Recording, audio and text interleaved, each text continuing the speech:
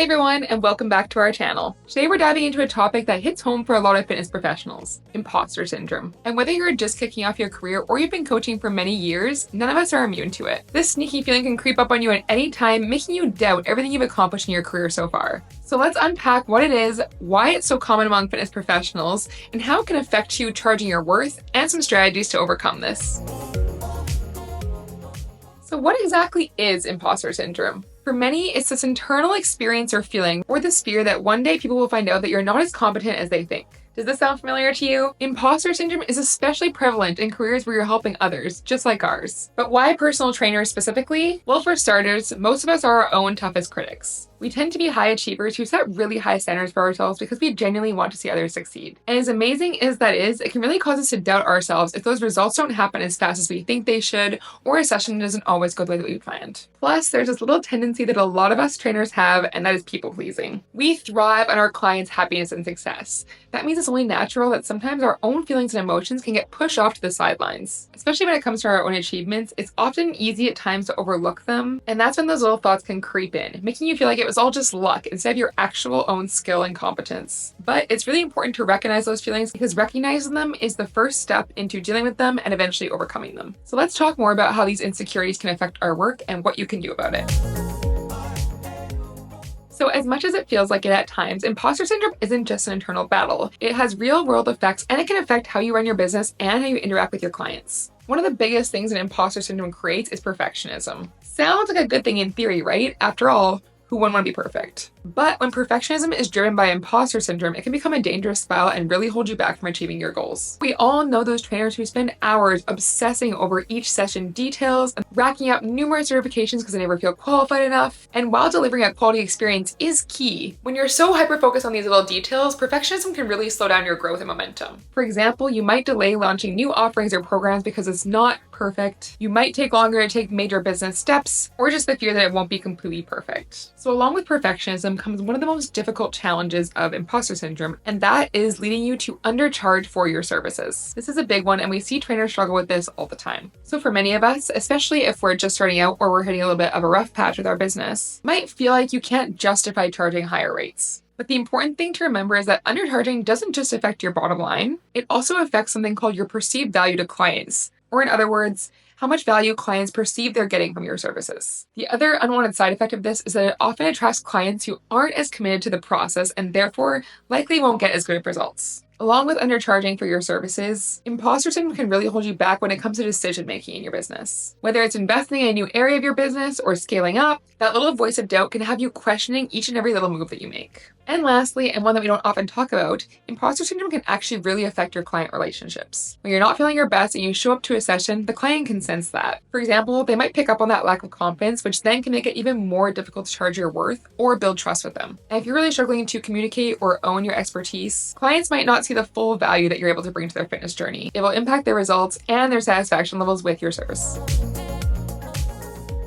So returning back to the idea of charging enough and not charging your worth, let's dive a little bit deeper into the consequences this has for your business. And don't worry, after this, we're going to offer some practical tips and strategies to help you overcome this. The biggest thing that we notice with trainers that aren't charging enough is that they tend to burn out really fast. And take it from us, burnout is real and it's brutal to deal with. For example, trainers that aren't charging enough might find themselves taking on tons of low-paying clients or extending their work hours trying to make ends meet. And perhaps this might work at first and lead to a bump in short-term revenue, but over time, it just isn't sustainable. Not only does this affect how you show up and the quality of your service, but it can also deeply affect your own health and well-being. And speaking of business, what about growing your business? Well, if you want to grow, having enough revenue is critical. Without a little bit of padding on your bottom line, investing in things like marketing, new equipment, and even investing in professional development can seem like a far-off dream. This can really stunt your business growth long-term, prevent you from reaching and bringing in new clients, and it restricts how much you're able to enhance your service offerings. We all know those trainers who look exhausted, maybe they're pounding multiple coffees before their session, and that is because they are overworked and oftentimes underpaid. It's really tough to keep your sessions for your clients dynamic and effective when you're not feeling 100%. This could lead to a lot of unhappy clients who maybe don't see the results that they hoped for, which may increase client turnover and even harm your reputation long term. When you're undercharging for your services, you risk a thing that no trainer wants, and that is business failure. Imposter syndrome can really feed into a scarcity mindset. This keeps you from recognizing and seizing those opportunities that are going to lead you to that next level of growth. But now for the silver lining. Now that you understand how all of this works and what the real life consequences are, you can tackle them effectively and overcome them. So the good news is that when it comes to imposter syndrome, you don't have to let it hold you back. Let's explore some strategies together that can help you overcome these doubts and truly recognize your worth as a trainer. Number 1 is to celebrate your achievements. Remember why you started this journey and became a personal trainer in the first place. And remember, you've earned qualifications, certifications, and a proven track record of helping people transform their lives. We find that it helps if you can make a visible display, such as hanging your certification on your wall or keeping it near your work area or digital portfolio where you can revisit it frequently. So then next time when those moments of doubt creep in, you can look at it and remind yourself why you started. Number 2 is to seek feedback. Actively seek out feedback in the form of reviews or testimonials from your clients and peers. Remember, this feedback isn't just feel-good messages. It's proof of the impact that you're actually making in people's lives. And here's a little bonus tip. Let's say you're a newer trainer and you need to just jumpstart your collection of testimonials. You can consider offering free or discounted sessions to people that are your friends, family, or just people in your network. And these sessions can be invaluable for collecting that initial feedback and just building up your library of positive client reviews, especially when it comes to people that are already in your niche and they likely already know you and trust you. So positive feedback is almost a guarantee. So aside from qualitative feedback in the form of client reviews and feedback, another thing you can do to remind yourself of your worth is to look at the hard data and numbers. Especially if you're already using the ABC Trainerize app, you can mine the app for client data. Things like progress pictures, weight trackers, and even feedback that they give to you in the chats can be an invaluable source of results and proving to yourself that you can get people results. So set yourself a reminder in your calendar each month to go back and review the data in your clients' accounts. Identify trends and make sure that you capture these into compelling success stories that you can use to market yourself and attract more clients that are similar. My 4th and final tip for overcoming an imposter syndrome mindset is to reflect. For example, you can use a tool like a journal or even an app on your phone to take a moment, sit with those thoughts, and really ask yourself where they're coming from. If you have a thought that came in throughout the day that you weren't capable or that you didn't deserve to be paid a certain amount, start to ask yourself, where did that thought actually come from, and is there actually any tangible evidence? You'll often find that the evidence is usually lacking. So remember, implementing these strategies isn't just all about fighting off imposter syndrome. It's also about building a foundation of trust in yourself as a trainer and in your abilities. And as you collect more evidence of your successes and the value that you provide to people, you'll find that your confidence will grow, which makes it easier to present yourself assertively and charge what you truly deserve. And let's get into exactly how to do that.